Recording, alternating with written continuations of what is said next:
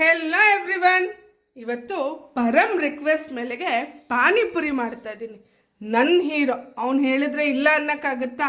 ಮಾತಲ್ಲೇ ಮರಳು ಮಾಡಿಬಿಡ್ತಾನೆ. ಇಲ್ಲ ಅಂದರೂ ಅವ್ನು ಒಪ್ಕೊಂಡು ಹೋಗಲ್ಲ.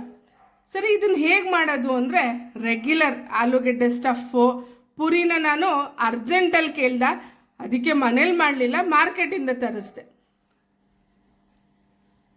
ಪಾನಿ ಮಾಡೋಕ್ಕೆ ಒಂದು ಒಳ್ಳೆ ಟ್ವಿಸ್ಟ್ ಕೊಟ್ಟಿದ್ದೀನಿ. ಏನು ಅಂತೀರಾ?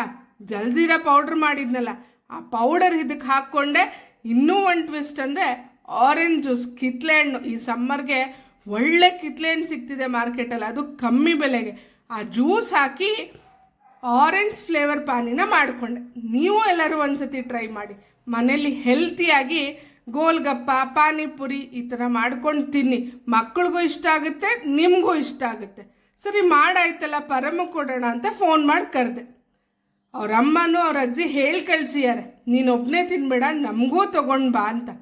ಬಂದ ಆಂಟಿ ನೀರು ಬರ್ತಿದೆ, ಅಮ್ಮ ಹೇಳಿದ್ರು ಅಂದ. ಸರಿ, ನೀರು ಹಿಡಿದು ಬಿಡೋಣ ಫಸ್ಟು ಅಂತ ಈಚೆ ಹೋದರೆ ನೀರೇ ಬರ್ತಾಯಿಲ್ಲ.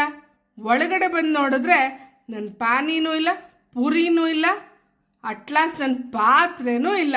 ನೋಡಿ ಹೆಂಗೆಲ್ಲ ಇರಿಟೇಟ್ ಮಾಡ್ತಾರೆ ನನಗೆ.